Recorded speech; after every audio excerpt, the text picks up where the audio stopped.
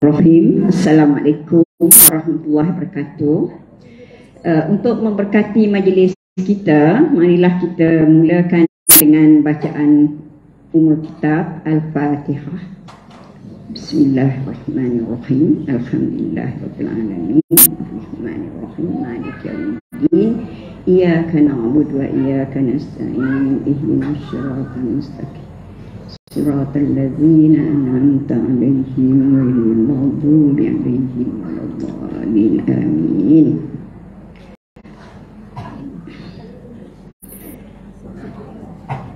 Yang berusaha Tuan Pengerusi Masjid Haji Daud, iaitu Cik Zahari bin Muda,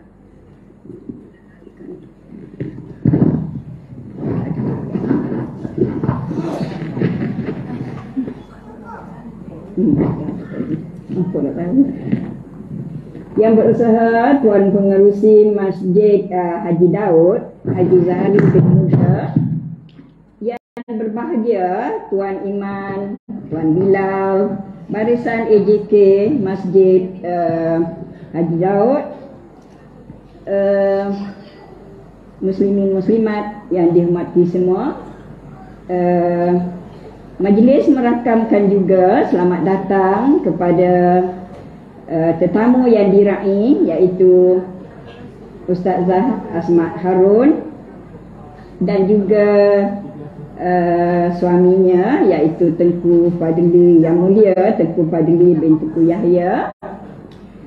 Selamat datang ke Bumi Besut. Selamat datang ke masjid Masjid Haji Daudnya di Kuala Besut ni.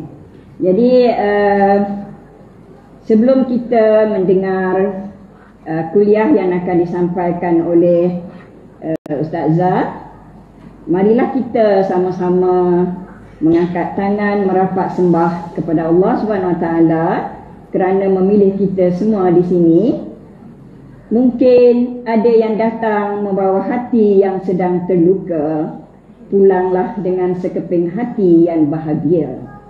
Mungkin yang datang membawa sebuah jiwa yang sedang berduka, insya-Allah pulang nanti membawa sekeping jiwa yang penuh dengan rasa cinta, menunggu keampunan Allah, menunggu kedatangan Ramadan yang penuh kerinduan, mengharap pengampunan dengan Allah Subhanahu Wa Taala, kerana tajuk kita hari ini Ramadan pengampunmu kuharapkan. Ramadan pengampunanmu kuharapkan, ya, tajuk kita pada malam ini. Marilah kita sama-sama berdoa. Bismillahirrahmanirrahim.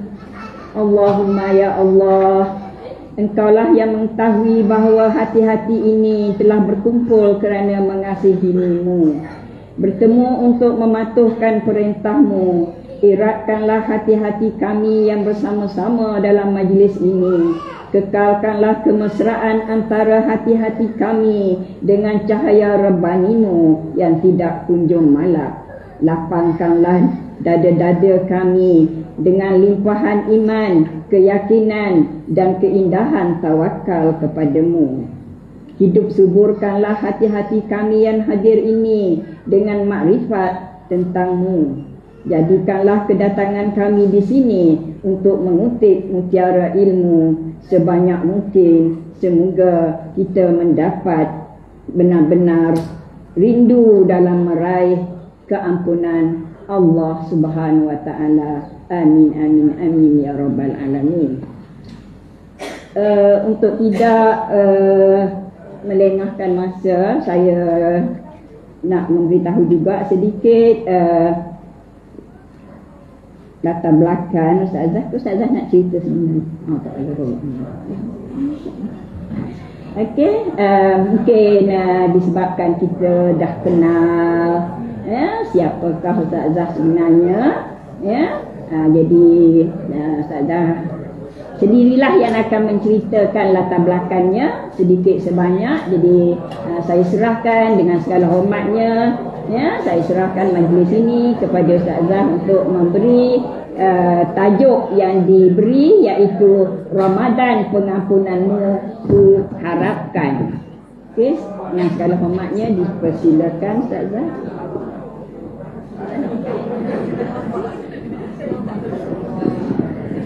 Subhanallah walhamdulillah wa la ilaha illallah wallahu akbar. A'udzubillahi minasyaitonir rajim. Bismillahirrahmanirrahim. Assalamualaikum warahmatullahi wabarakatuh.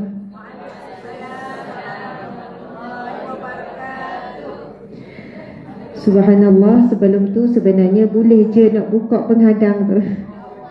Penghadang tu boleh je kalau nak tak tutup pun tak apa. Macam kena kurung. Boleh je penghadang tu kalau kita nak buka. Betul, maksudnya susun tepi gitu kan. Kita susun tepi lagu tu.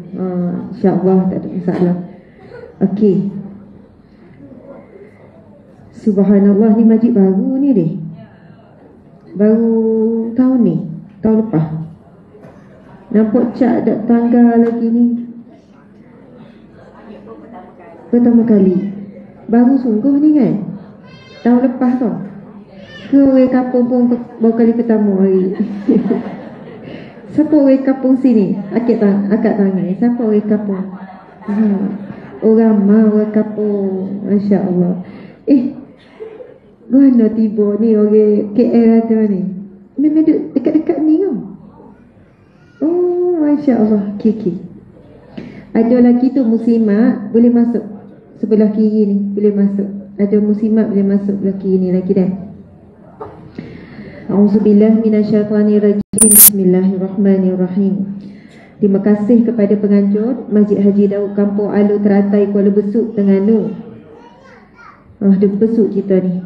Terima kasih kepada Al-Fadilah Ustazah Hajjah Warasliah binti Awang dengan kata-kata hikmah yang sangat indah tadi. Terima kasih kepada Ustaz Cik Zahari bin Muda, pengerusi masjid. Duk mana dah pengerusi dia? Sibuk dah. Terima kasih Ustazah Maizati binti Ismail, ketua muslimat masjid. Ada ke sini? Sibuk juga. Terima kasih kepada semua yang hadir dari jauh dan dekat, sama ada muslimin ataupun muslimat. Tak apa tenang-tenang. Rasa cukup dah ni. Cukup dah ni tempat duduk. Kena ambak nanti dia kelik terus lagi. Dia jadi berjemaah dekat kedai kopi lagi. Ini pun ada kosong tu kan. Saya nampak kosong tengah tu.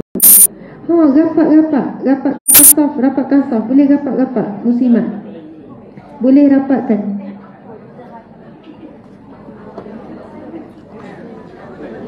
Tak apa, depan ni molek dah. Belakang tu boleh rapat. Banyaklah kosong. Perapat dek. Sebab ada belakang-belakang tak muat masuk. Gitu. Ni kosong luar banyak ni. Luar ni. Depan ni boleh berhenti.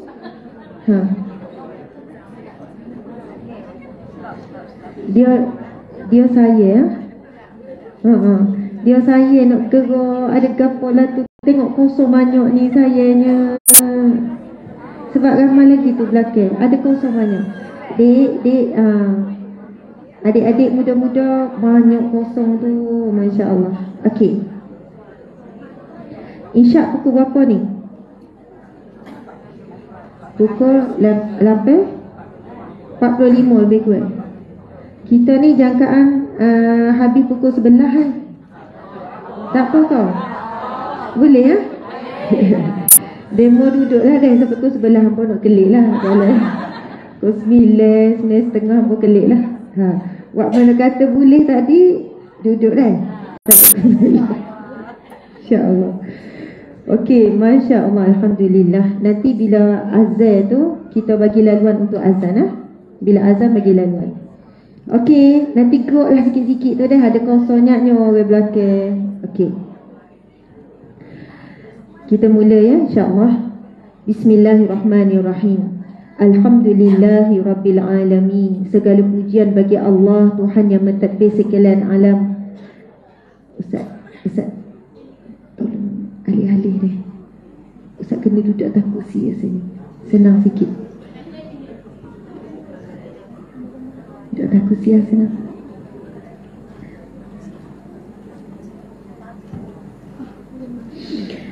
Alhamdulillahi Rabbil Alamin.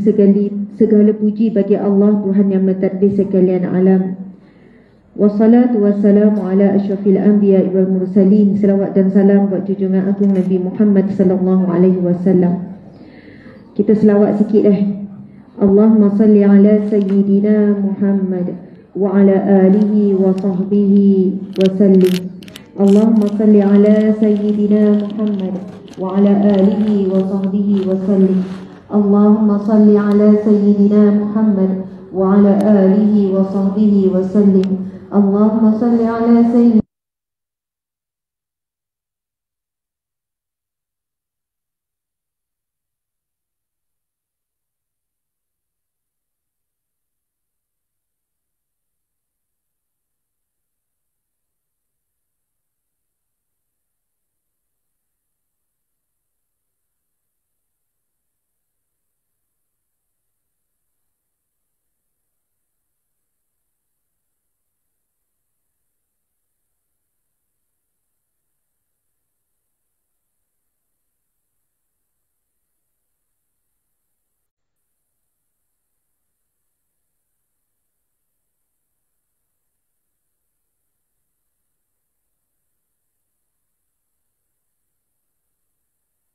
dekat TikTok. Rupanya daripada tadi tak ada suara.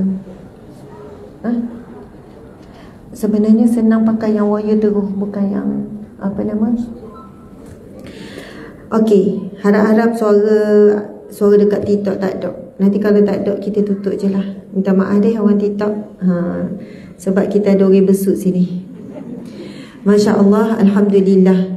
Kita bersyukur kepada Allah kerana Allah telah mengaturkan sesuatu yang terbaik untuk kita. Apa pun yang sedang berlaku sekarang, sama ada dalam hidup kita, dalam rumah tangga, apa yang berlaku terhadap suami, isteri, anak-anak, dalam bab rezeki kita, dalam bab kehidupan kita, adalah yang terbaik yang Allah aturkan. Sebab itu akhirnya kita sampai sini. Boleh jadi kalau bukan sebab ujian-ujian Allah, lalu kita sabar, Allah tak pilih kita berada di sini. Allah tak pilih untuk kita jadi tetamunya. Sebab kalau tengok ke dosa kita, banyak sangat. Dosa mata saja banyak, dosa hidung banyak, dosa telinga banyak, dosa lidah paling banyak. Dosa kaki melangkah ke tempat-tempat waktu comel, dosa tangan kadang tu WhatsApp, ngumpat nampak senyap, nampak juru duduk dalam rumah dia je. Rupanya tangan duduk ngumpat pak dalam grup WhatsApp semua. Royaknya dosa kita terlalu banyak. Kita ni tak layak pun nak jadi tetamu Allah di rumah dia kalau mengenangkan dosa-dosa yang begitu banyak. Seorang suami banyak dosa dia dengan isteri, dengan anak-anak dia. Bukan isteri je banyak dosa dengan suami, suami pun banyak dosa dengan isteri dan anak-anak. Anak-anak banyak dosa. Kita semua anak, semua ada mak pak belaka, meninggal ataupun tidak. Kalau kenangkan dosa, memang tak layak pun jadi tetamu Allah. Kita ni kalau tetamu rumah kita, kita pilih-pilih nak jemput, betul tak? Kalau orang tu buat nyakit hati kita, kita nak jemput tak? Kita tak jemput. Kalau dia mari pun, kita akak air kosong dengan air kosong ya.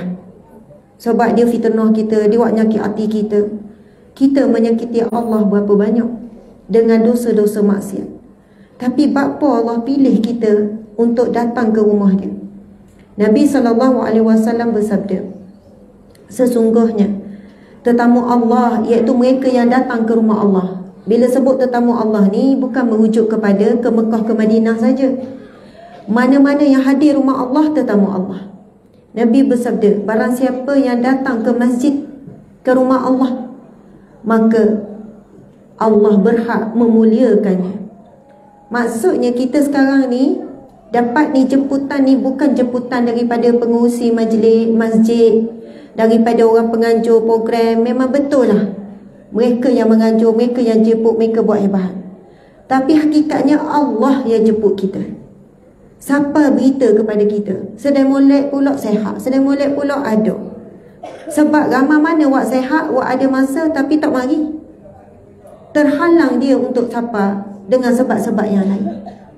Sebab itulah kita bersyukur kepada Allah kerana Allah mengaturkan aturan yang terbaik untuk kita saat ini. Mungkin sebab kita banyak sabar. Sabar dengan suami, sabar dengan isteri, sabar dengan anak, sabar dengan jiran. Rupanya orang-orang sekeliling yang banyak menguji kita, itulah yang menjadi asbab kita jadi mulia sikit. Bukan nak perasan mulia, tetapi tanda-tanda ciri-ciri orang yang Allah muliakan, memang Allah jemput dia mari ke rumah Allah. Walaupun mungkin ada yang mari asbab saya. Boleh jadi ni kali pertama mari selepas Ramadan yang lepas. Boleh jadi lepas Ramadan yang lepas tu, lepas tu tak kira sejak, tunggu Ramadan ni lah pula nak kita tarawih. Saya jadi asbab, saya bukan tujuan. Tujuan semua datang kerana Allah. Kalau kita datang bukan kerana Allah, sia-sia. Tak ada apa-apa. Tak boleh bahagia dunia, tak boleh bahagia akhirat. Takut datang dengan kemurkaan Allah. Mari ke rumah Allah, tak jumpa Allah. Mari ke rumah Allah, tak nampak Allah. Mari ke rumah Allah, lebih nampak manusia. Itu paling kita takut. Jadi mari kita betul niat kita. Dengan kita baca doa masuk masjid. Mungkin ada yang terlupa baca tadi. Sebab melangkah kita masuk ke rumah Allah, melangkah ke dalam rahmat Allah. Nabi SAW bersabda, setiap langkah menuju ke masjid, ke rumah Allah, akan digugurkan dosa-dosa, akan diangkat darjat, akan diberi pahala sedekah. Sebab tu kita boleh tengok orang-orang yang istiqamah dengan masjid, sama ada lelaki ataupun perempuan, memang beza. Beza, sepatutnya berbeza. Kalau tak berbeza tu pelik. Kalau perangai tetap uduh tu, dia ada masalah. Dia pergi masjid kerana Allah ke kerana selain daripada Allah? Kalau betul pergi kerana Allah, dia punya kehidupan tenang, baik, Allah permudahkan, anak cucu terpelihara. Sebab dia melangkah saja, tak cerita lagi masuk dalam masjid, duduk dalam masjid. Banyak hadis Nabi tentang kelebihan mereka yang duduk menunggu antara waktu salat. Dan Nabi SAW bersabda, siapa yang meniti jalan menuju ke masjid rumah Allah ni, Allah pemudahkan jalan dia untuk meniti titian sirat. Titian sirat ni kita tahulah, halusnya dia lebih daripada selai rambut di belah 7. Lebih tajam daripada mata pedang. Dan dia sangat licin. Bahkan ada ulama bincang, mungkin hampir semua manusia akan tergelincir di titian sirat, jatuh dari neraka dulu, lalu Allah mengeluarkan kembali baru menuju ke syurga. Ada pendapat kata tidak, ada yang selamat di titian sirat, yang boleh pergi ke syurga tanpa tergelincir. Nak katanya bukan senang. Tapi orang yang istiqamahlah kaki tu melangkah ke rumah Allah, usahalah dia, melainkan ada yang menghalang, ada darurat ke ataupun ada mudarat ke, baru dia tak pergi, tak sehat ke lagu mana, maka subhanallah Allah mudahkan dia. Ada yang dikatakan meniti titian sirat seperti kilat. Ada berlari, ada berjalan, ada merangkak, ada meniarat, ada yang bergantung pada tangan dalam keadaan terjuntai-juntai kaki, di bawahnya adalah jurang api neraka. Tapi memang betul, nak pergi rumah Allah paling payah berbanding nak pergi ke Pantai Timur tu, Pasar Raya Pantai Timur. Kalau dekat Jetih, Pasar Raya ke apa? Jaya ada, Pantai Timur ada, Ekoseh ada, Ekon Jaya ada, Pasar Besuk, Kuala Besuk ada. Maksudnya nak pergi ke masjid, walaupun pergi tu Allah tawarkan syurga, Allah tawarkan pahala, Allah tawarkan sekian-sekian, tapi punyalah payah. Betul ke betul? Betul. Subhanallah, saya boleh cakap gini pada diri sendiri juga. Waktu semangat juga lagi. Waktu dok semangat tu paling lama. Tok lelaki kita memang kita kena suruh pergi masjid. Jangan pula kita ikat dia kat rumah. Awak ni kalau pergi masjid kok balik lambat, baik tak pergi masjid, main ngambar je, main dengan saya je. Oh, besok bahasa diri saya ke? Mainlah dengan saya. Saya. Oh saya, bukan saya. Dengan ambok. Ya Allah, isteri yang solehah, memang dia sungguh suami dia pergi. Dia gerak beradun, dia gerak sungguh. Bangunlah be, bangunlah be. Sampai Nabi SAW bersabda, Allah merahmati seorang suami yang bangun di pagi hari, lalu mengejutkan isterinya, lalu isterinya susah nak bangun. Nabi kata, lalu dia merenjiskan air di wajah isterinya. Renjis dengan kasih sayang lah, jangan jiru sobaldi pula. Bala besar lah. Jiru tu pun pakat dah lah siap-siap. Saya gerak awak ni, kalau awak susah nak bangun, saya lak-lak sikit dengan air, boleh kau? Boleh lah be, baguslah be buat lagu tu. Orang yang mulakan pagi-pagi gini, awal lagi dapat rahmat Allah. Lepas tu Nabi menyambung, Allah merahmati seorang isteri, seorang wanita yang dia bangun di pagi hari, maksudnya untuk sembahyang subuh kau, qiyamul lail kau, lalu dia mengejutkan suaminya, lalu suaminya enggan. Mana lagi ramah ni, suami kejut isteri ke isteri kejut suami? Oi, yolo kau pocik-pocik. Orang besut memang apa yang bangun dulu. Seluruh dunia saya rasa, bukan orang besut ya. Tapi tak sudah balah lah. Awak ni ke, kalau saya dak gerak lah, tak bangun lah ni subuh ni, tunggu kiamat ni. Kalau gempa bumi pun tak bangun ni. Oh ya, be. Rupanya Allah takdirkan kita suami payah bangun tu, Allah nak beri rahmat kepada kita setiap awal pagi. Nabi sebut Allah memberi rahmatnya, sebab kita tahu nak masuk syurga Allah dengan rahmat. Tak boleh mari cara lain. Sebab itu hadis yang sahih. Nabi SAW bersabda, sesungguhnya tidak ada seorang daripada kamu yang boleh selamat daripada api neraka, yang boleh masuk syurga tanpa rahmat Allah. Lepas tu sahabat bertanya, ya Rasulullah, kamu pun sama ke? Benar, aku pun. Tanpa rahmat Allah, kita tak boleh masuk syurga. Mana tahu, jadi sebab kita masuk syurga, sebabnya adalah kita duduk gerak suami tu pagi-pagi, gerak anak-anak tu, seluruh isi rumah. Masa kat dunia rasa macam kita ni macam isteri yang tak bertuah. Sebab dengar cerita kahwin tu, suami lah bangun gerak. Oh sedapnya demo suami gerak. Ambo 40 tahun nikah, sehari pun tak ada. Contohlah ya. Boleh jadi itulah ibadah yang membuatkan kita boleh masuk syurga Allah. Tapi kena ikhlas lah. Muslimin muslimat dimati Allah sekalian, tajuk ceramah kita Ramadan, pengampunanmu ku harapkan, pengampunan Allah. Dan saya nak ucap tahniah sangat kepada masjid ni, Masjid Haji Daud Kampung Alu Teratai ni. Sebab dia boleh pilih tajuk Ramadan. Ada dengar tak lagi ceramah Ramadan? Ke ni ceramah pertama pasal Ramadan? Ini pun ceramah pertama saya tentang Ramadan. Maksudnya tak ramai lagi tempat, tak banyak lagi masjid. Bila kita cadar Ramadan, tak apalah, lambat lagi, tajuk lain dulu Ustazah. Tapi masjid ni pilih tajuk Ramadan, pengampunanmu ku harapkan. Sebab apa? Nabi dan para sahabat dah mula berdoa, Allahumma barik lana fi Rajab wa Sya'ban wa ballighna Ramadan. Ya Allah, berkatilah kami di bulan Rajab, bulan Sya'ban, dan sampaikan kami ke bulan Ramadan. Sebab apa? Nabi, para sahabat buat persiapan untuk bertemu dengan Ramadan daripada Rajab. Buat persiapan sungguh-sungguh dah. Kita ni dah masuk berapa Sya'ban dah ni, pun kita rasa, kita harap biarlah lambat sikit berlalu. Dekatnya ke cepatnya nak Ramadan. Saya nak cerita satu kisah. Tadi kita kata nak baca doa masuk masjid kan? Baca doa dulu ya. Bismillahirrahmanirrahim. Mangat sikit deh, tubik suara. Bismillahirrahmanirrahim. Allahumma ftahli abwaba rahmatik. Ya Allah, bukakanlah bagiku pintu rahmatmu, pintu syurgamu, pintu pengampunanmu, pintu ar-rayyan, pintu rizkimu, pintu kasih sayangmu, pintu-pintu kebaikanmu,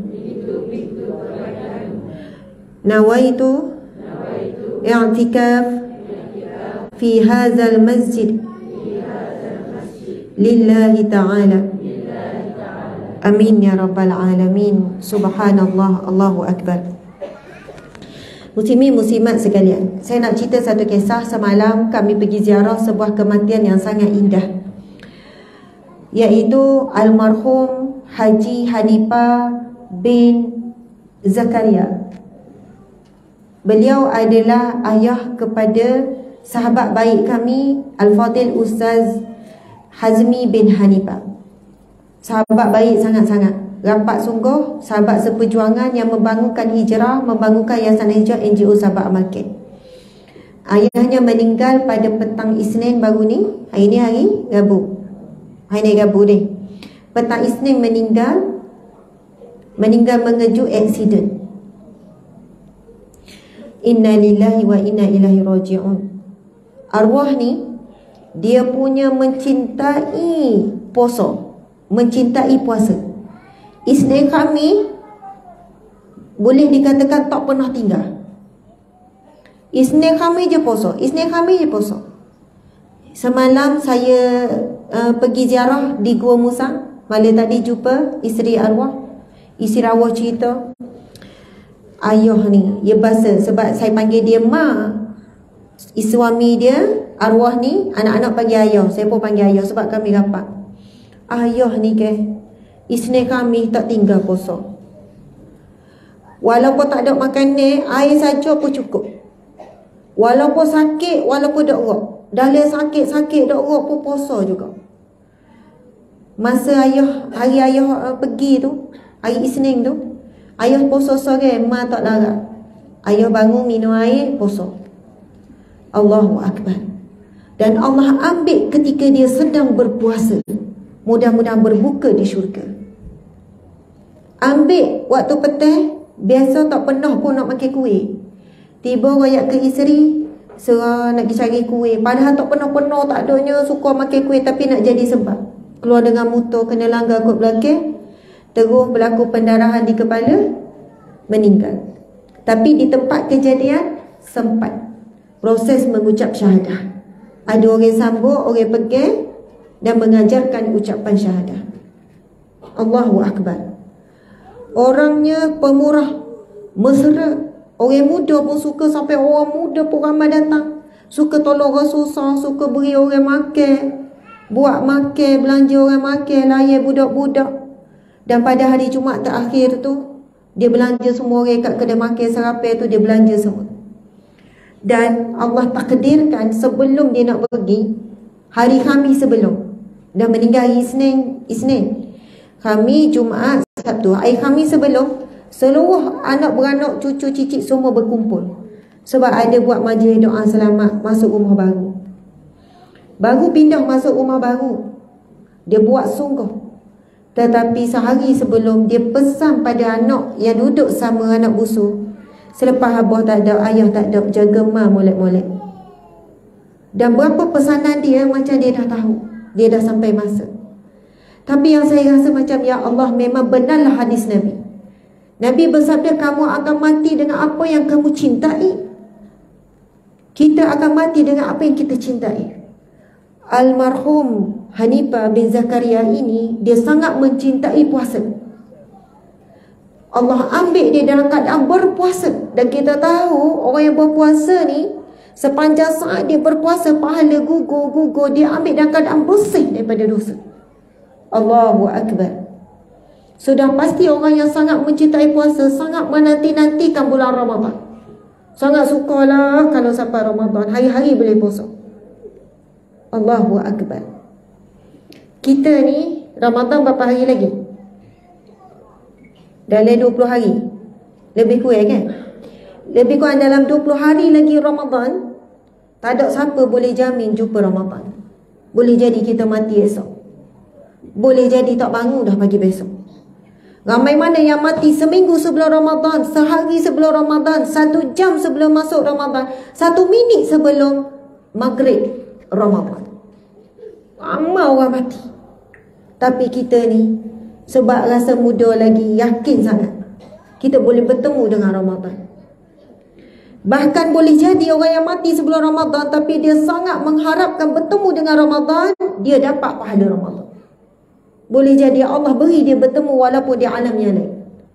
Tapi boleh jadi orang yang bertemu Ramadan, sampailah dia ke bulan Ramadan, tapi dia bukan jadi tetamu Ramadan. Sebab itu Nabi SAW beri amaran. Nabi kata celakalah. Nabi ulang 3 kali, celakalah. Celakalah. Masa tu Nabi naik mimbar, celakalah sekali. Satu langkah, celakalah. Satu langkah lagi, celakalah. Lalu selepas Nabi selesai sampaikan khutbah, Nabi tua sahabat Nabi bertanya, "Ya Rasulullah, apa yang kamu maksudkan tadi?" Lalu Rasulullah pun menjelaskan, sesungguhnya tadi ada malaikat. Malaikat Jibril ke malaikat mana? Mari berjumpa dengan Nabi. Lalu mengatakan, celakalah orang yang Nabi ucap amin, amin. Tapi Nabi ada sebut juga celaka ataupun malah rugi sangat. Itu hadis yang lain. Nabi sebut amin. Apa yang malaikat sebutkan ialah mereka yang bertemu dengan Ramadan tapi tak dapat pengampunan Allah, maka nerakalah tempatnya. Na'udzubillah min zalik. Tuan-tuan, puan-puan, muslimin, muslimat, Allah ni nak ampunkan dosa hamba-Nya sampai Allah beri bulan Ramadan. Hari-hari pun Allah ampunkan. Hari-hari Allah ampunkan hamba-hamba Dia. Pintu taubat, pintu pengampunan, pintu kemaafan sentiasa terbuka. Tetapi Allah nak menunjukkan betapa Dia ni Maha Pengampun, Maha Pemaaf. Allah beri lagi bulan Ramadan yang mana dijanjikan pengampunan berganda-ganda. Kalau masih tak dapat pengampunan Allah, maka nerakalah tempatnya. Na'udzubillah min zalik. Apakah ciri-ciri orang yang dapat pengampunan Allah? Apabila dia telah mula meninggalkan maksiat. Bila dia mula meninggalkan perbuatan-perbuatan yang Allah benci. Itu ciri-ciri orang yang dapat pengampunan Allah. Sebab itu kalau kita mikir-mikir, kita dah jumpa berapa kali Ramadan, tetapi akhlak buruk kita belum berhenti, tutup aurat belum sempurna, kita punya mulut lawan cakap suami sampai menghina, menjatuhkan, mengaibkan suami. Kita punya perangai suka cakap aib hal orang, menjadikan kegemaran, suka jatuhkan aib muka orang dan sebagainya. Ataupun apalah perbuatan-perbuatan yang Allah haram, Allah benci masih berterusan. Maka kita kena insafi. Boleh jadi Ramadan yang kita jumpa hari itu, Ramadan yang tidak memberikan kita apa-apa perubahan. Allahu Akbar. Muslimin, muslimat sekalian, Masya Allah. Apa khabar? Subhanallah. Ini ceramah pertama untuk jelajah ke Terengganu. Sampai hari Ahad, tak berhenti. Ada sehari 2 kali, ada sehari 3 kali. Hari Rabu kan? Rabu malam. Rabu malam, Khamis, Jumaat, Sabtu, Ahad. Ini adalah kuliah yang pertama. Tajuk kita Ramadan, pengampunanmu ku harapkan. Masya Allah, Allahu Akbar. Kita nak baca beberapa hadis Nabi SAW berkenaan dengan bulan Ramadan. Saya nak buka buku ni, Ramadan Al-Mubarak, Fadilat dan Hukum Puasa, yang disusun oleh Dr. Zulkifli Muhammad Al-Bakri, bekas Mufti Wahid Persekutuan. Kenal tak Dr. Zul? Tak apa, tak kenal pun tak apa. Cuma saya nak royak buku ni kita ada bawa dekat luar terhad. Saya rasa tim bawa 200 saja. Oh, itu azan ni. Isyak 8.33. Okey, gana kita azan dulu ke kita terus? Mana Bilal? Terimeh? Boleh belakang ni kalau kita nak azan dulu boleh, lepas tu kita sambung ataupun kita terus. Oh, Bilal pun di kedai kopi kau. Aduh Bilal. Gana Ustaz? Gana ni apa ni Tok Imeh Oh, dia kata terus. Okey. Bismillahirrahmanirrahim. Nabi SAW bersabda, saya baca semua ikut kita ambil barakah membaca hadis Nabi.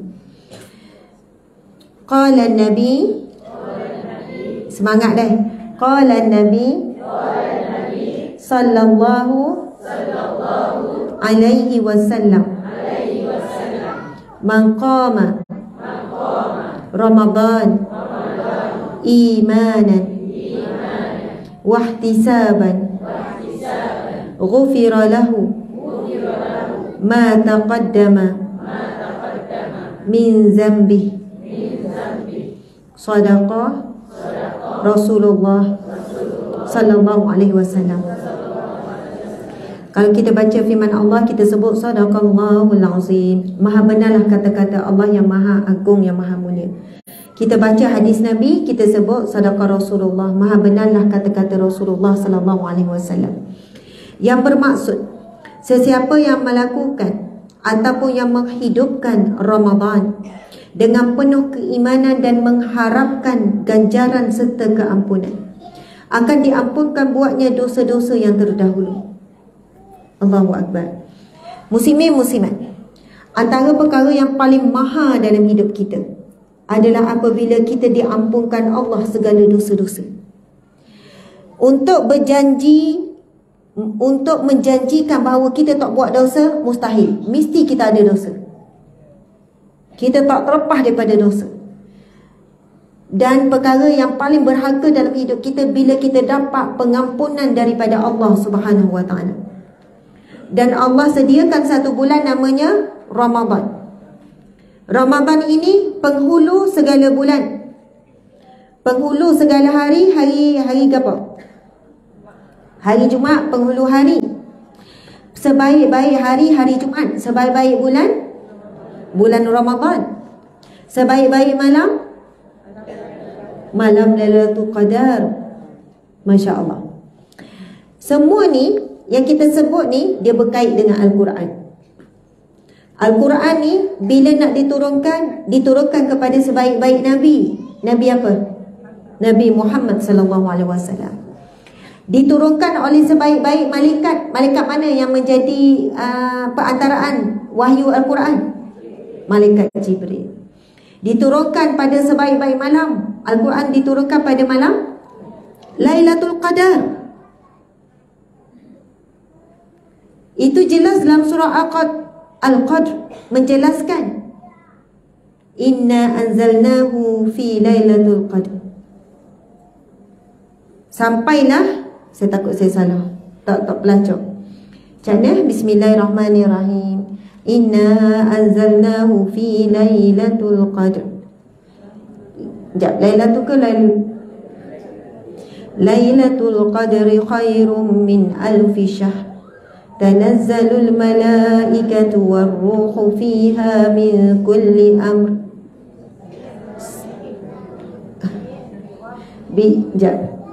Campur debu dah pula. Tak lacak. Okay. Ya. Lailatul Qadri khairum min alfi syahr. Tanazzalul malaikatu warruhu fiha biizni rabbihim min kulli amr. Salamun hiya hatta matla'il fajr. Okey. Satu lagi, Allah menyebutkan, Allah berfirman, betul lah ni, inna anzalnahu, sesungguhnya Allah menurunkannya. Inna anzalnahu, sesungguhnya Allah menurunkannya. Yang membawa maksud di sini adalah Al-Quran. Allah menurunkan Al-Quran pada malam Lailatul Qadar. Apa maksudnya? Allah menurunkan sekaligus Al-Quran daripada Lauh Mahfuz ke langit bumi.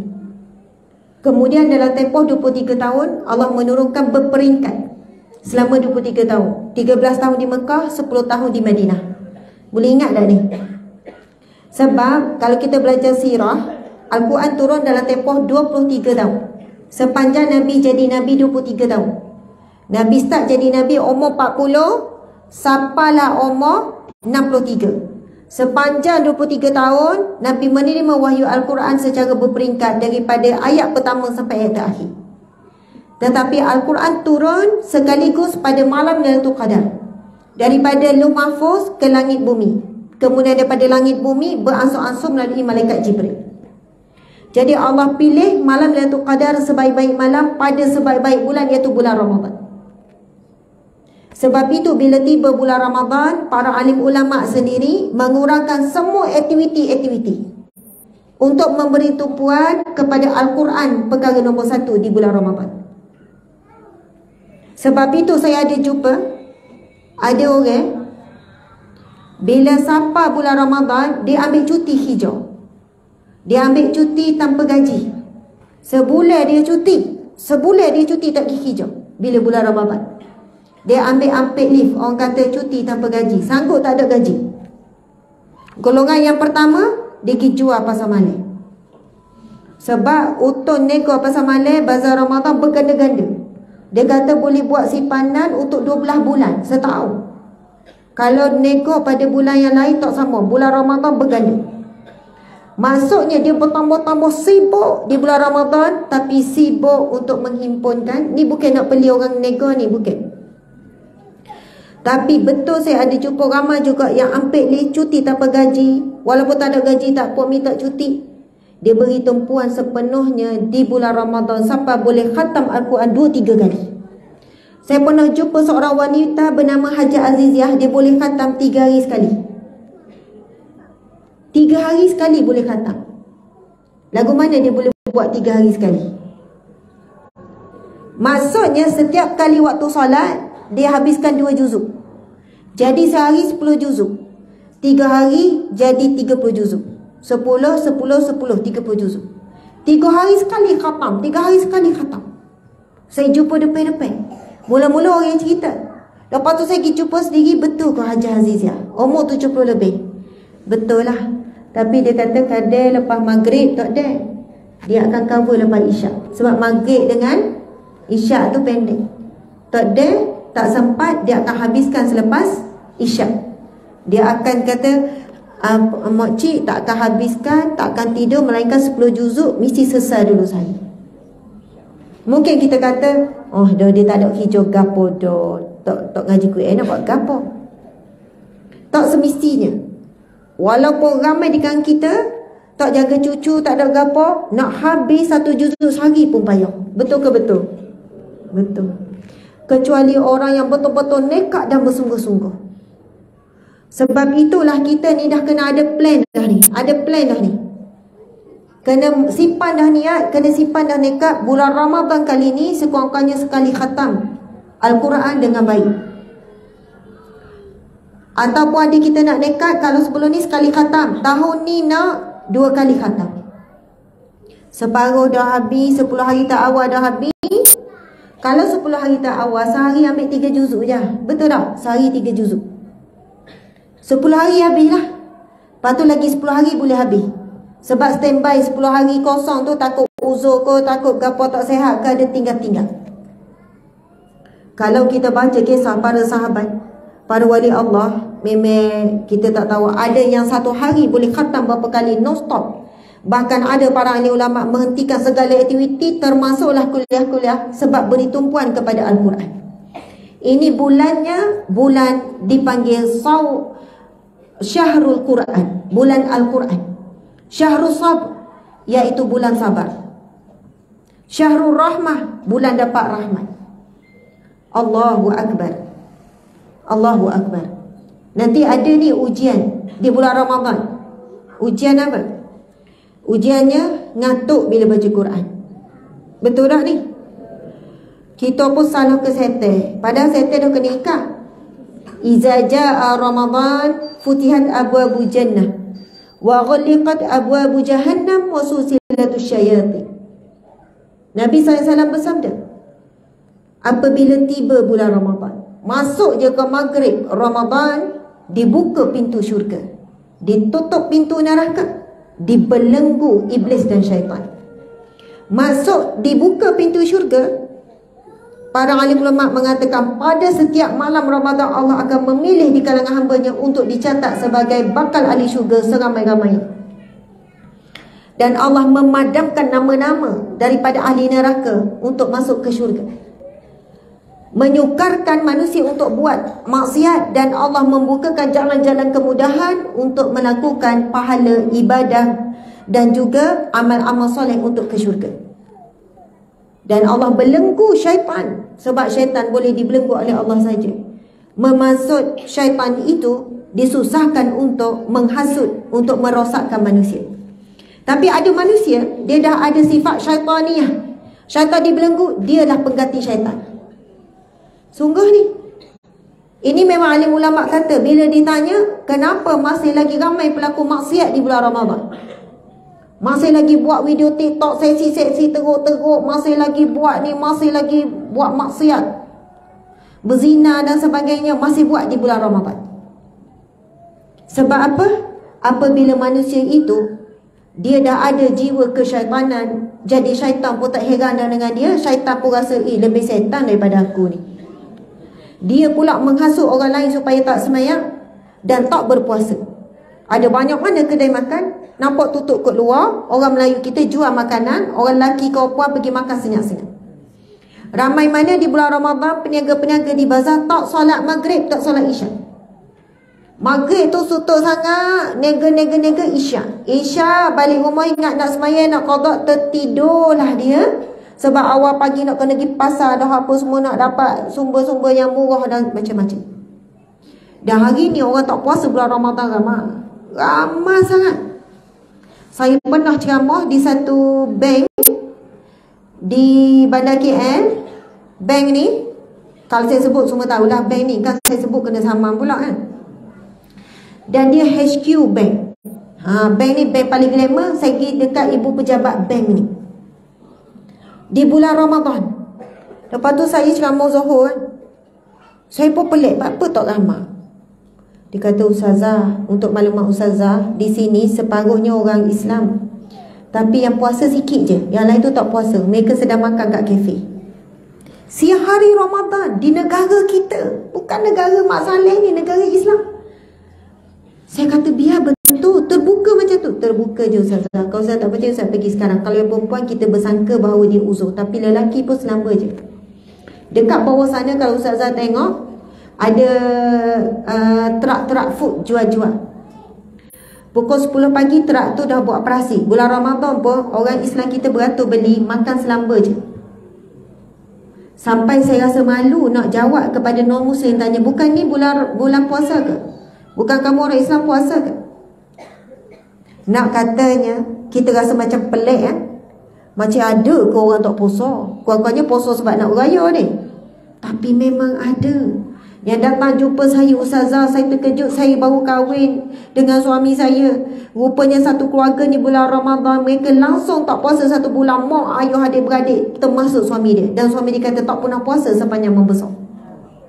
Tak pernah puasa.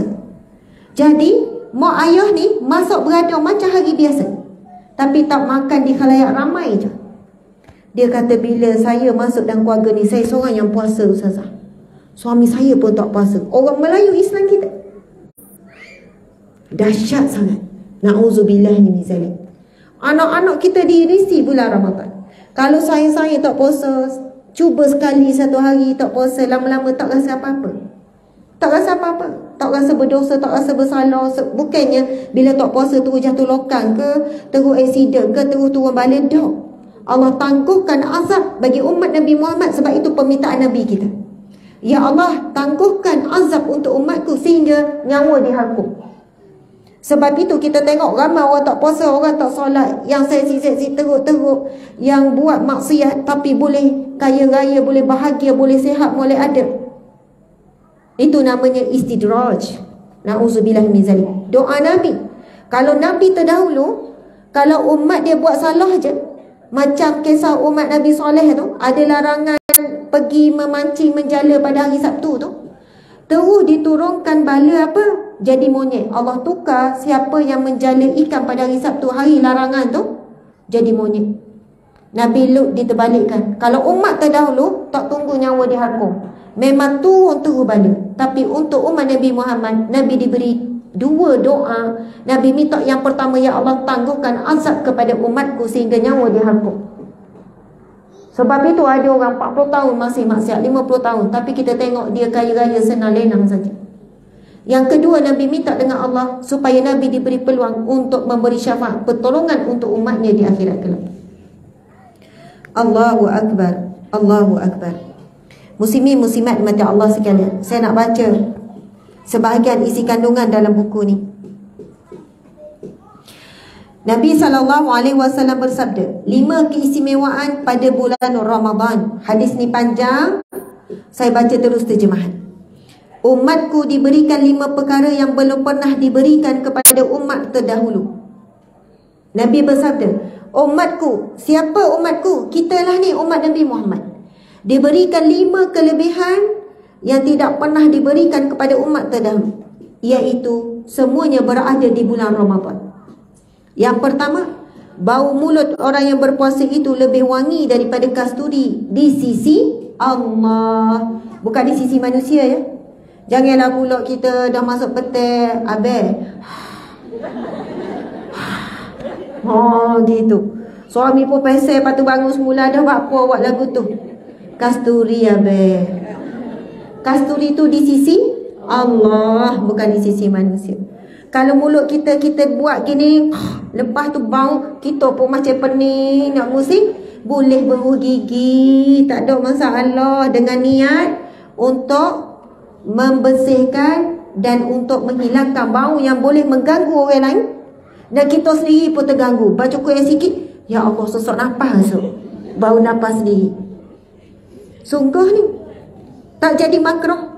Yang makronya kejap-kejap bergigi dengan tujuan untuk menyegarkan saja, bukan ada keperluan. Sebab ada orang suka obat gigi pula, dia guna yang strawberry ada, orange ada. Lepas tu dia tak komo betul-betul, lepas tu dia teler. Lepas tu ada rasa-rasa perisau sikit. Jadi itu memang tak dibenarkan. Jadi kalau dengan tujuan ada keperluan, maka dibenarkan. Walaupun waktu petang ke, waktu tengah hari ke. Bahkan kita tahu galakan bersugi itu sunnah Nabi yang sangat besar. Sebab itu ulama bincang, adakah gugur sunnah tuntutan bersugi di bulan Ramadan? Tidak. Boleh bersugi. Nabi setiap kali baca Quran, Nabi akan bersugi. Masya Allah, tuan-puan sekalian. Yang kedua, Nabi sebut, para malaikat beristighfar untuk mereka sehingga mereka berbuka. Ini daripada start kita puasa, start kita sahur, sampailah kita buka, malaikat istighfar bagi kita. Kita pun malah nak istighfar banyak-banyak tak berhenti. Boleh sejak tak berhenti, boleh tak? Sejak bolehlah 10 minit. Astagfirullahaladzim. Lepas tu tengok cucu, waktu balik kain baru lipat, astagfirullah. Tak jadi istighfar dah, jadi marah dah. Allahu Akbar. Nak katanya kita dah nak istighfar sejam tak berhenti, 2 jam tak berhenti. Tapi bagi orang berpuasa, malaikat beristighfar untuknya daripada start dia sahur sampailah buka. Allahu Akbar. Tapi puasa yang macam mana ni? Yang ketiga, Allah Subhanahu Wa Taala memperindahkan syurganya setiap hari dan berfirman. Allah indahkan syurganya di bulan Ramadan, menambah keindahan. Lalu Allah berfirman, hampir-hampir hamba-Ku yang soleh akan dicampakkan pelbagai kesukaran dan penderitaan, lalu kembali kepadamu. Nabi bersabda, Allah Subhanahu Wa Taala akan indahkan syurga di bulan Ramadan, dan Allah berkata kepada syurga, Allah bercakap pada syurga, sesungguhnya hamba-Ku akan ditimpa kesusahan dan penderitaan, dan dia akan kembali kepadamu. Subhanallah. Allah berfirman dengan perkataan kembali kepadamu. Ibu-ibu muslimat sekalian, kita asal daripada mana? Waduh, jawab daripada Kampung Cawak, daripada Kuala Besut asal. Memang orang sini ustazah asal. Kita ni manusia ni asal daripada mana? Asal daripada syurga. Manusia pertama Nabi Adam. Nabi Adam, mana kampung Nabi Adam? Syurga kampung Nabi Adam. Kalau tanya kampung mana, bolehlah kita jawab kampung sekian-sekian. Tapi kalau tanya asal sebenar manusia, syurga. Kampung Nabi kita, Nabi Adam, nenek moyang kita, Adam dan Hawa di syurga. Lalu dipindahkan ke dunia. Sebab itu asal kita di syurga. Dan kita berpindah sekejap di dunia untuk kembali semula di syurga. Lalu Allah berfirman kepada syurga di bulan Ramadan, hamba-Ku akan ditimpa penderitaan, kesusahan, dan dia akan kembali kepadamu. Dan di bulan Ramadan penderitaan dan kesusahan ini bertambah-tambah. Masya Allah. Muslimat, angkat tangan belakang siapa yang nak masuk syurga. Angkat tangan dua-dua, siapa nak masuk syurga. Oh, mangap ha. Sabar. Okey. Letak tangan tawa sebelah. Letak betul-betul. Letak. Lepas tu bisik dengan orang sebelah. Kita masuk syurga sama-sama deh. Betul ni royak molek. Kecek molek dengan orang sebelah. Kita masuk syurga sama-sama deh. Oh, macam kecek sorang. Tengoklah muka orang sebelah tu. Tengok. Mana tahu orang-orang kiri kanan ni jadi saksi esok. Ya Allah, itu sahabatku tembung di masjid sikit-sikit dalam majlis ilmu. Ya Allah, aku jadi saksi. Ya Allah, dia hadir bersama. Sebabkan ada hadis Nabi, sahabat boleh tarik sahabat masuk syurga. Masya Allah. Saat kita pusing sekejap, mungkin ada orang tanya, Ustazah ceramah depan siapa ni kan? Tak kira depan pocik-pocik lagu tu deh. Minta maaf ya, cik suami yang jadi apa ni? Yang jadi media. Okey, subhanallah, makasih. Kita minai sikit dah. Jemput minai. Saya bukan apa suruh buat gitu tadi, sebab saya nampak ada orang yang berada di alam lain tadi. Dia dengar syurga, takut dia dah mimpi masuk syurga dah. Mula-mula dia nampak lagi ustazah depan. Lama-lama nampak ustazah jadi dua dah. Apa ada dua ustazah. Lepas tu langsung tak nampak dah ustazah. Cuma dalam hati tu, bila nak habis ni? Nak ambil gambar pula.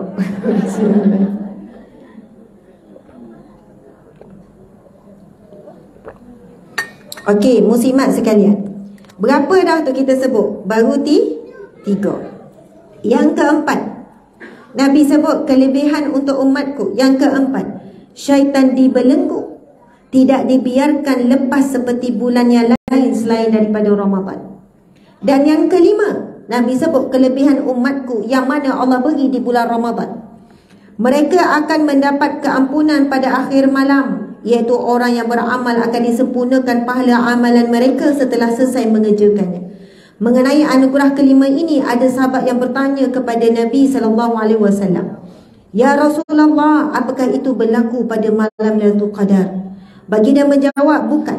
Tetapi pelaku kebaikan akan disempurnakan pahalanya seusai menyelesaikan amalnya. Subhanallah. Yang kelima ni, kita akan dapat terus pengampunan Allah di akhir malam. Bukan hanya berlaku di malam Lailatul Qadar, tapi ia boleh berlaku pada setiap malam. Selepas selesai kita buat amalan, lalu kita nak tidur, kita dapat tidur dalam keadaan mendapat keampunan Allah Subhanahu wa ta'ala. Sabar ke tak sabar ni nak jumpa Ramadan ni? Nampak macam sabar belakang ni. Tak sabar. Macam, Ya Allah, apa lambat sangat ni, cepatlah Ya Allah. Ada rasa gitu? Oh, Masya Allah, bagusnya. Ya, ni sama ni. Ni adik ni, anak ni. Ada buat comel, lelaki ni. Budak-budak memeh pun. Anak saya jujur je. Tak sabar nak Ramadan. Sebab apa? Nak raya. Yelah budak-budak. Masa kita kecil dulu kayak gitu kan? Sebab nak raya. Bayangan raya yang begitu indah tu menyebabkan kita rasa tak sabar. Cepatlah Ramadan. Tetapi bila kita dah semakin dewasa dan semakin tua, kita dah mula jatuh cinta pada Ramadan melebihi daripada hari raya. Kalau dulu persiapan raya bersungguh, tapi lama-lama biasa-biasa je. Tak ada baju raya pun tak apa, asalkan ada baju molek. Kalau ada baju raya lagi molek. Okay. Lagi-lagi kalau untuk laki wi hadiah anak-anak pula, wi sesore 10 hari anak, 10 hari baju raya. Oh, suka. Jadi berayalah satu Syawal. Tak cukup Syawal, sambung lagi bulan selepas tu. Tapi subhanallah, mudah-mudahan betul lah kita ni muslimin-muslimat, bila dah dewasa, bila dah tua, cara kita menyambut Ramadan melebihi daripada sambut hari raya.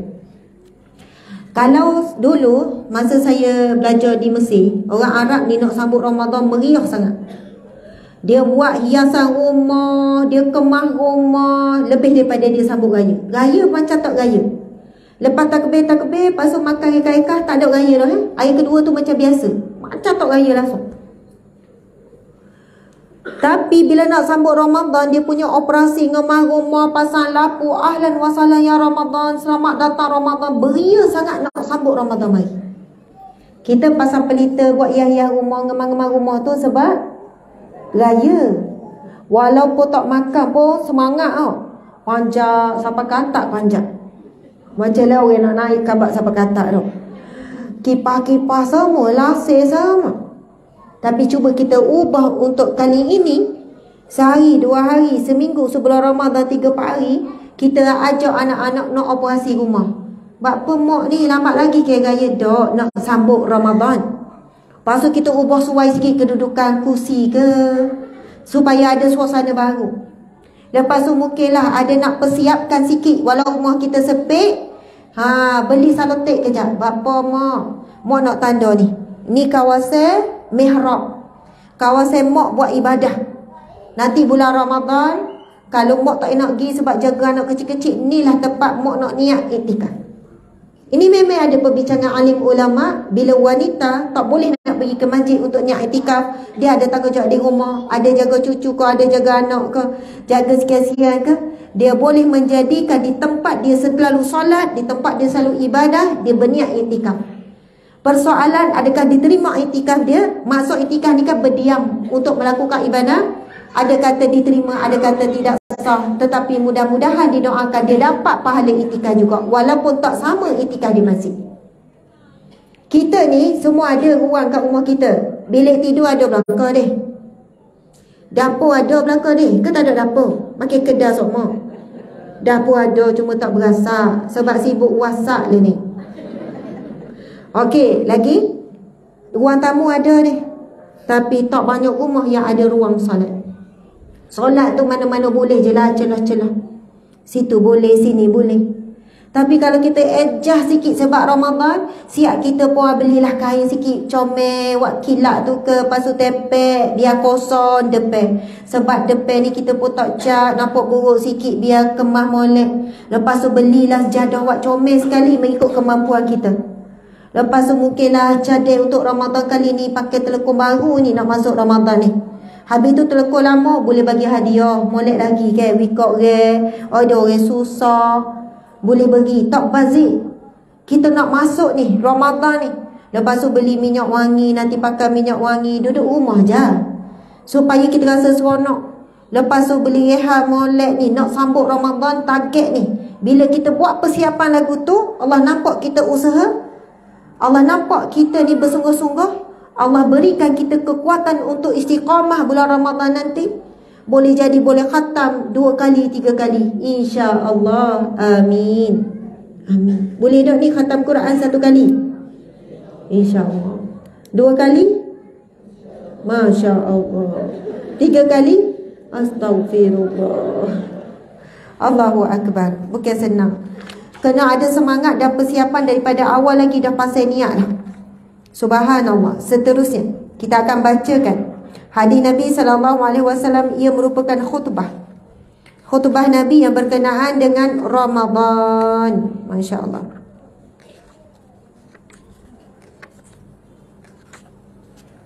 Tak jumpa dah. Betul?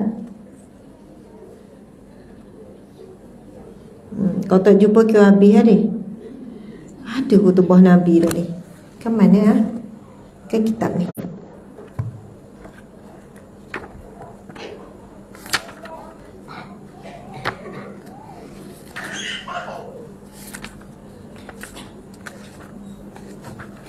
Okey, tak apa. Kita baca wak lain.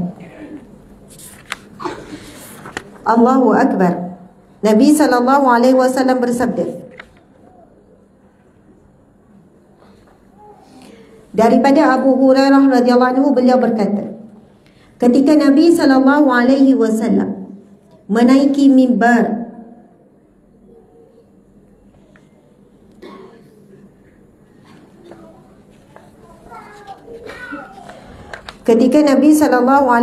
menaiki mimbar, baginda bersabda, hadis yang sama yang saya baca tadi, tapi hadis ni hadis yang penuh. Nabi pun menyebutkan amin, amin, amin sebanyak 3 kali. Baginda SAW ditanya, wahai Rasulullah, apakah engkau menaiki mimbar engkau telah berkata amin? Maka Rasulullah SAW bersabda, sesungguhnya Jibril datang kepadaku, lalu Jibril berkata, barang siapa yang bertemu dengan bulan Ramadan tetapi tidak diampunkan baginya, maka dia akan dimasukkan ke dalam neraka serta dijauhkan daripada rahmat Allah Subhanahu wa taala. Wahai Muhammad, katakanlah amin. Masa Nabi naik mimbar untuk tangga yang pertama, Nabi sebut amin sebab diperintahkan oleh malaikat Jibril untuk sebut amin. Yang mana malaikat Jibril berkata, seseorang yang bertemu dengan Ramadan dan tidak dapat pengampunan Allah, maka akan dimasukkan ke dalam neraka dan dijauhkan daripada rahmat, iaitu syurga Allah Subhanahu wa taala. Malaikat kata, katakanlah amin. Maka Nabi jawab amin. Maka aku katakan lagi, barang siapa yang sempat hidup dengan kedua orang tuanya tetapi tidak berlaku baik kepada mereka, kemudian dia meninggal dunia, maka dia akan dimasukkan ke dalam neraka serta dijauhkan daripada rahmat Allah. Katakanlah wahai Muhammad amin. Nabi kata amin. Siapa ada mak ayah lagi, angkat tangan. Siapa ada lagi mak ayah, angkat tinggi-tinggi. Ada. Siapa ada lagi mak ayah, angkat tinggi-tinggi. Subhanallah. Siapa dialah mak ayah? Dia mak. Semualah, hampir semua orang mak ni. Semua ada anak. Tak mengaku ni, anak dara ke belakang ni? Okey. Seseorang yang selalu mendoakan kebaikan ibu ayahnya, sama ada masa hidup ataupun mak ayahnya telah meninggal dunia, insya-Allah dia akan didoakan oleh anak-anaknya selepas dia hidup, selepas dia mati ataupun ketika dia masih hidup. Kalaulah hari ni kita nak sangat doa anak-anak, harap anak mendoakan kita, kena tengok diri kita sekarang macam mana. Kalau kita sendiri setiap kali lepas solat tak berdoa pun untuk arwah mak ayah, maka gitulah mungkin nasib kita esok-esok dalam kubur. Sedangkan kita sangat memerlukan anak-anak kita, waktu kita dalam kubur melebihi daripada waktu sekarang. Memanglah kita harap sekarang ni anak telefon, anak tanya khabar, anak kelik, anak WPT, anak jaga. Tetapi kita masih hidup, kita masih lagi boleh jaga diri, boleh berusaha. Tapi dalam kubur besok, kita sangat menunggu-nunggu doa daripada seorang anak. Sebab hadis Nabi SAW, Nabi bersabda, iza mata bani Adam, bila mati anak Adam. Kita lah ni anak Adam, bila kita mati, in qata'u amaluhu illa min salas, terputus segala pahala amalan kecuali 3. Yang pertama apa? Sedekatun jariyah. Yang kedua, al-ilmu yuntafa'u bi. Yang ketiga, wa waladun salih ayyadu'ulah, doa anak yang soleh yang mendoakan. Sebab itulah muslimin-muslimat, kita ni memang memerlukan doa anak-anak yang soleh. Tapi ada yang kata, ustazah, anak saya dok soleh lagu mana? Jangan berhenti anak tu jadi soleh, walaupun saat kita mati kita tengok dia belum soleh lagi.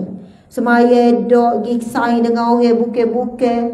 Boleh jadilah na'udzubillah min zalik, anak tu buat perangai uduh, kena tangkap polis, duduk dalam penjara, jadi orang baik, bertaubat, lagi kuat ibadah, lagi kuat baca Quran. Boleh jadi tu laluan dia nak jadi orang yang soleh. Boleh jadi anak cucu kita jadi soleh selepas kita meninggal. Suami yang kita doakan jadi suami yang soleh, jadi soleh lepas kita meninggal. Lalu dia doakan kita. Sebab nak dapat doa anak yang soleh, ramai anak-anak ni lepas mak pak dia meninggal 2-3 bulan, dia lupa dah nak doa. Paling kuih-kuih jari-jari dah. Masuk dia 3 hari tu dia doa lagi. Masya Allah, Allahu Akbar. Ada seorang anak ni, dia cerita, ustazah, kami ni adik-beradik, hampir setiap kali solat kami tak pernah tinggalkan doa untuk arwah mak ayah kami. Tak pernah tinggal doa. Berapa lama dah? Sebab wayak saya ni pun orang tua, umur 60 lebih. Berapa lama dah mak ayah meninggal? Lebih kurang 20 tahun yang lepas. Tapi saya sendiri dan saya tengok adik-beradik saya, lepas solat memang tak tinggal. Wajib doakan untuk mak ayah. Saya kata macam mana siapa boleh istiqamah macam ni dalam tempoh yang lama? Sebab kita ni kadang-kadang kena doa kepada mak ayah, doa untuk diri sendiri pun malah. Assalamualaikum warahmatullahi. Terus buka tu gak, sambung drama awak sekat tadi tu. Awak berhenti sekejap. Sebab iklan pertama ambil wuduk, iklan kedua pakai kes semaya, iklan ketiga semaya. Pendeklah pula iklan ketiga, kena laju-laju sikit. Na'udzubillah lah kita jadi lagu tu. Na'udzubillah. Takut mati dalam keadaan lalai, leka, tengah berhibur. Sebab Nabi kata kamu akan mati sebagaimana kamu, apa yang kamu cinta, apa yang kamu suka ketika kamu hidup. Suka sangat main game, takut mati tengah tengok game. Suka sangatlah ngopak, mati tengah ngopak. Na'udzubillah min zalik. Okey, muslimin muslimat mati Allah sekalian. Tadi tu kita sebut apa pasal ibu bapa? Allah Akbar. Saya sebut apa tadi ya? Sebelum kata mati tadi tu. Pasal doa. Saya tanya, macam mana boleh beramal ni? Dia kata sebab masa dia hidup, kami adik-beradik ni, masa mak ni, mak punya amalan, sampai kami selalu berdoa, mak ni minta semua doa daripada anak-anak setiap hari.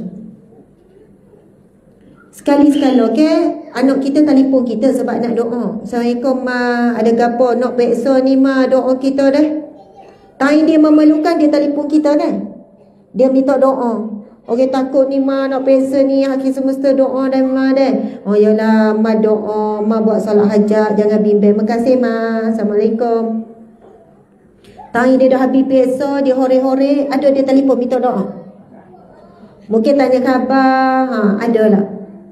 Tapi amalan ibu ni, anak-anak ni cerita, sebab masa tu saya ceramah beberapa adik-beradik mari, mak ni hari-hari minta doa daripada anak masa hidup dulu.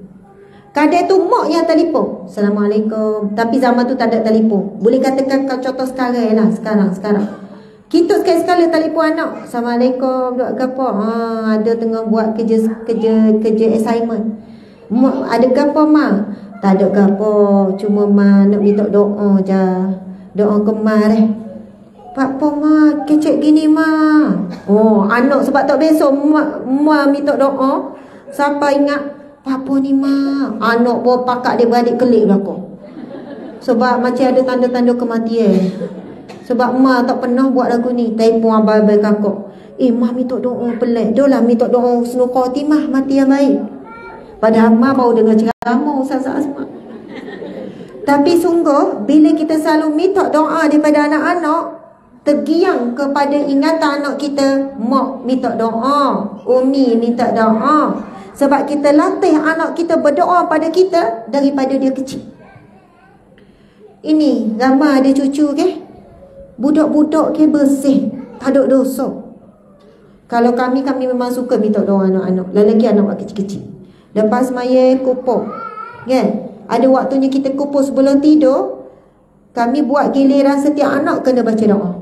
Ya Allah, bantulah umi, ya Allah, bantulah abi, ya Allah, gini. Suka dengar amin. Setiap anak tu 7 orang, tapi yang nombor 5 tu, nombor 6 tu boleh dah, nombor 3 tu dia sikit-sikit lah. Tapi bila kita dengar doa, ya Allah, pemudahkanlah urusan dakwah umi, ya Allah, panjangkanlah umur umi abi. Doa anak kita yang kita ajar setiap malam sebelum tidur, wajib doakan kita. Kita paksa dia ngantuk, dia letih macam mana. Sekarang doa, umi nak dengar doa semua setiap orang. InsyaAllah esok kalau kita mati, anak ni teringat semua mak ayah minta doa. Kalau masa nazak tu baru kita minta, jangan lupa doa kemarin. Dia punya ma jangan bimbang. Mungkinlah sebulan 2 bulan lepas dia sibuk, lepas dia pergi melancong sana sini, dia sibuk dengan harian, agak-agak boleh jadi dia dulu baca Yasin setiap hari Jumaat, dah susah no. Nak baca doa setiap kali solat lagi susah. Allahu Akbar. Muslimin muslimat, hadis Nabi ni Nabi sebut, orang yang akan dimasukkan dalam neraka dan dijauhi daripada rahmat Allah, yang mana ketika dia hidup dan dia sempat dengan ibu bapanya, tetapi dia tidak buat perkara yang baik, tidak berlaku baik, tak layan molek ibu bapanya. Ni ramai anak muda ni, anak dara ni, comel-comel ni. Betul lah orang besuk ni comel-comel ni. Dah handsome-handsome. Terbuktilah suami saya ni. Yalah, suami kita lah paling handsome tau. Mana boleh puji suami orang lain. Dan suami pula kena pujilah isi paling comel. Takkan nak puji isi orang lain. Sebenarnya memang pun yang terindah, paling indah adalah pada hati tu, yang sanggup terima kekurangan kita. Walaupun perut dia ke depan tak beranak-beranak, contohlah ya, muka macam mana pun, tapi itulah lelaki yang sanggup terima kekurangan kita, kelebihan kita. Lebih banyak dah lebih ni. Bahagian perut lebih, situ lebih. Banyak kekurangan kita. Walaupun kita rasa dia bukan lelaki yang terbaik, tetapi dia adalah lelaki yang baik, yang sanggup menerima kita seadanya. Masya Allah. Okey, muslimin muslimat, satu lagi yang Nabi sebut. Dan barang siapa disebut kepadanya tentangku dan dia tidak berselawat, maka dia akan dijauhkan daripada rahmat Allah. Katakanlah wahai Muhammad, amin. Nabi sebut 3 kali amin. Perkara pertama, jumpa Ramadan tak diampunkan Allah. Nabi kata dia akan dicampakkan ke dalam neraka dan dia jauh daripada rahmat Allah. Yang kedua, dia sempat hidup dengan ibu bapa tapi tak berlaku baik, tak jaga hati ibu bapa, menyakiti hati ibu bapa. Nabi kata dicampakkan dalam neraka dan jauh daripada rahmat Allah. Yang ketiga, barang siapa yang dia dengar tentangku, disebut nama Nabi tapi tak bersalawat pada Nabi, maka jauhnya daripada rahmat Allah, tapi tak dicampakkan dalam neraka, cuma dijauhkan daripada rahmat Allah. Tapi kalau jauh daripada rahmat Allah, inilah sebesar-besar, seberat-berat musibah bila kita jauh daripada Allah. Okey, hadis yang terakhir, insya-Allah yang terakhir. Bila sebut terakhir tu segar sikit deh. Okey, duduk tegak. Tangan tu letak atas bahu masing-masing. Jumpa tak bahu? Jumpa. Takut tukar bahu dengan lutut sebab ngantuk kan. Urut-urut bahu masing-masing. Urut sikit. Urut. Urut betul-betul biar sentuh urat tu. Dah wallah. Saya memang tunggu. Tak apa, angin kot atas tak apa, jangan angin kot bawah. Masya Allah. Okey, urut sikit. Biar segar, pusing sikit kepala, pusing-pusing sikit. Kita pusing, kita tunjuk sikit audio ni. Masya Allah. Yang tu susah sikit saya. Jadi mudah. Okey, muslimin muslimat dimati Allah sekalian. Hadis sahih riwayat Muslim. Saya nak baca hadis ni dan muslimin muslimat ikut. Mudah-mudahan hadis ini terakam dalam ingatan kita, lalu kita mencintai amalan ini. Amalan ini yang mana siapa beramal akan diampunkan oleh Allah walaupun dosa dia sebanyak buih di lautan. Esok pergi ke patah gepok dekat Pantai Tawar, Bukit Keluar. Lepas tu tengok buih, cuba kira buih berapa banyak. Oi, tak habis. Buih ombak ni bukan tepi ni je, di tengah pun ada ombak. Maksudnya non stop. Maksudnya walaupun dosa sebanyak buih di lautan dan tak berhenti buat dosa, banyak sangat dosa ni, sampai dia fasik berterusan dalam dosa, tapi dia bila dia bertaubat dengan amalan ni, Allah akan ampunkan.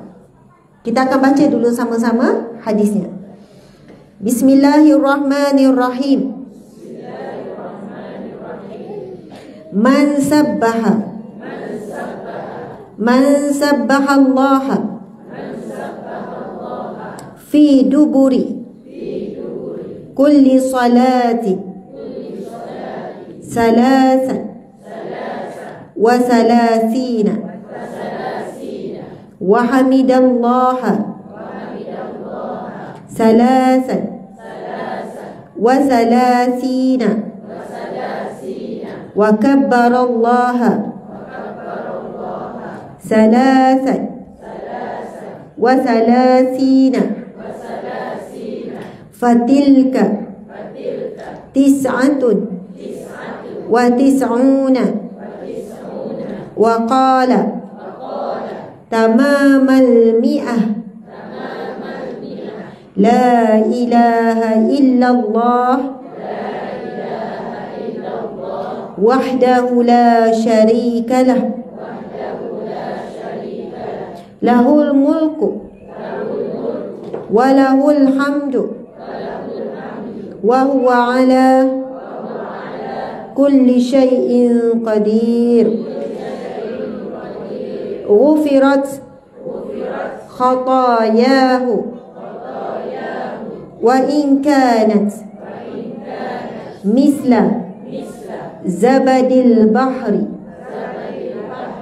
Sadaqa Rasulullah sallallahu alaihi wasallam. Macam orang Arab dah kau. Muka memang macam orang Korea.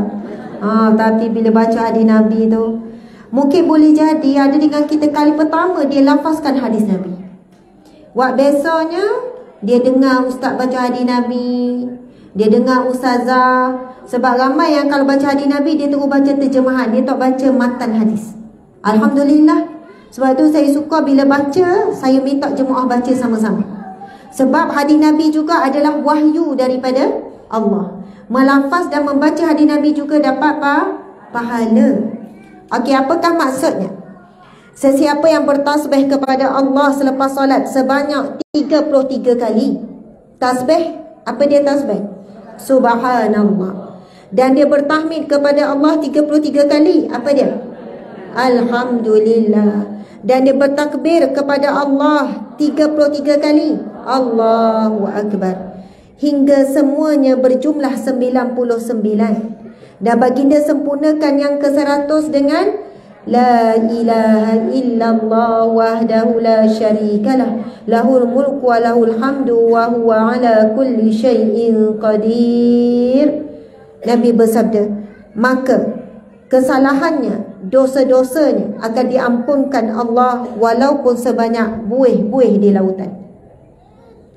Ini bukan mudah nak beramal. Walaupun apa mudah? Lepas maya tak ramai yang mampu nak habiskan zikir subhanallah, alhamdulillah, Allah akbar 33 kali. Kadang tu saya pelik juga imam ni. Bukan imam sini lah, imam di Zimbabwe ko tak tahulah kat mana.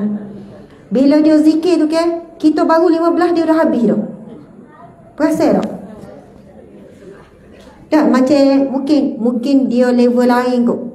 Ke orang puan ni dibaca lambat sikit. Kadang kita semaya dekat masjid kan, kita subhanallah, subhanallah, subhanallah. Kita baru kira 15 dia alhamdulillah, alhamdulillah, alhamdulillah, alhamdulillah. Kita kejar birin, alhamdulillah, alhamdulillah. Dok dia juga.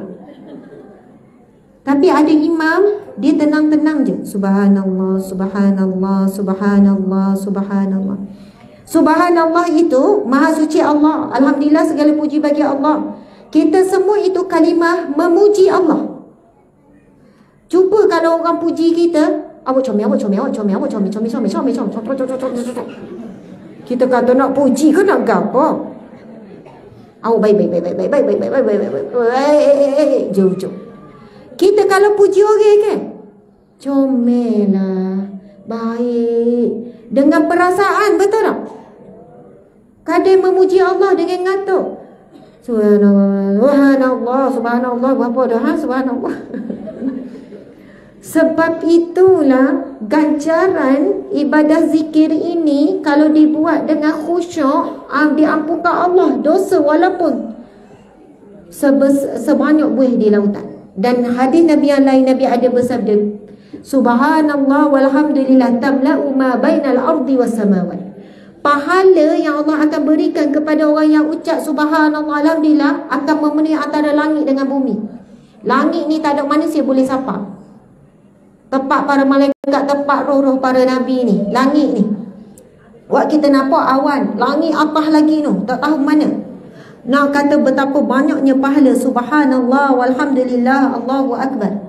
Tetapi kena tutup, dah habis 33 cukup sampai 9, tutup dengan La ilaha illallah wahdahu la syarikalah lahul mulku wa lahul hamdu wa huwa ala kulli syai'in qadir. Ia merupakan hadis sahih riwayat Muslim. Kenapa kita tutup dengan zikir ni kuliah kita pada malam ini? Supaya di bulan Ramadan nanti, kalau di bulan biasa susah sangat nak beramal, bulan Ramadan setiap kali lepas solat kita beramallah dengan zikir ni. Setiap kali lepas solat paksalah diri supaya kita dapat pengampunan Allah. Dan selepas habis Ramadan, mudah-mudahan kita kita berhenti buat maksiat. Bulan Ramadan kita dah start berhenti, kita jadi orang baru. Kita jadi seperti kalau ulat tu kan, kita tengok ulat ni, ulat apa jadi rama-rama? Ulat beluncas kan. Ulat tu kan sebelum jadi rama-rama, dia masuk dalam sarung dulu kan, kepompong. Berapa lama dia duduk dalam kepompong? Rasa lama juga. Sebulan, 2 bulan, 3 bulan lebih kurang. Lama duduk dalam kepompong. Masa duduk dalam kepompong tu, dia tak pergi jalan, dia tak pergi lepak, jumpa saing-saing. Dia duduk dalam tu, macam terpenjara dalam tu. Tapi lepas dalam berapa tempoh, dia akan keluar jadi rama-rama yang indah. Itu ibaratnya bila kita nak masuk Ramadan, kita nak masuk satu bulan, yang mana bulan lain kita buat, bulan Ramadan janganlah buat. Bulan lain kalau orang cari balok, oh janganlah cari balok. Kita ni memang debel. Contoh ni. Tapi bulan Ramadan, saya berpuasa. Kita pilih sabar. Kita berubah. Kita kawal, kita kekang diri kita. InsyaAllah habis Ramadan, kita umpama seperti rama-rama yang indah. Amin ya Rabbal Alamin. Subhanallah, terima kasih semua. Mohon maaf salah dan silap. InsyaAllah jika ada rezeki kita berjumpa lagi. Bila? Esok pagi di Masjid An-Naim. Jauh ni Masjid An-Naim ni. Jauh jelak ni. Di kampung Alor Teratai, Kuala Besut. Masya Allah. Kampung ni berapa jauh nak pergi ke Masjid An-Naim? Jalan kaki boleh? Maksudnya kalau jalan kaki sabar, tapi lambatlah. Tajuk menjadi wanita bahagia dunia dan akhirat. Terima kasih cik suami. Masya Allah. Menjadi wanita bahagia. Siapa derita sini angkat tangan? Jangan. Dia angkat, dia ingatkan bahagia. Kalau derita tu jangan angkat sangat, angkat dalam kes maya je. Kalau tak bahagia, tak datang ni, tak datang ni, tak mari ni. Sebab ini tanda-tanda wanita yang bahagia ni. Dia boleh mari majlis ilmu, itu di antara tanda-tanda yang Allah berikan kebaikan. Hadis Nabi SAW, ma yuridillahu bihi khairan yufaqihu fid din. Barang siapa yang Allah ingin berikan kebaikan, Allah berikan dia kefahaman dalam agama, Allah beri dia ilmu agama. Jadi siapa yang tengah sedih, derita, duka cita, berbahagialah. Sebab di antara tanda Allah nak berikan kita kebaikan dunia dan akhirat, Allah bawa kita ke majlis ilmu. Jadi kalau kita tak boleh nak gembira bahagia dengan manusia, gembira dan bahagialah dengan Allah. Hasbunallah wa ni'mal wakil. Cukuplah Allah bagiku, dialah sebaik-baik penolongku. Terima kasih semua. Mohon maaf salah dan silap. Sekarang pukul berapa? Pukul 9 kat 9.30. Kita mula dari pukul 8, maksudnya dalam sejam setengah. Mohon maaf salah dan silap. Jumpa pagi besok insya-Allah di Masjid An-Naim. Menjadi wanita bahagia dunia dan akhirat insya-Allah. Assalamualaikum warahmatullahi wabarakatuh.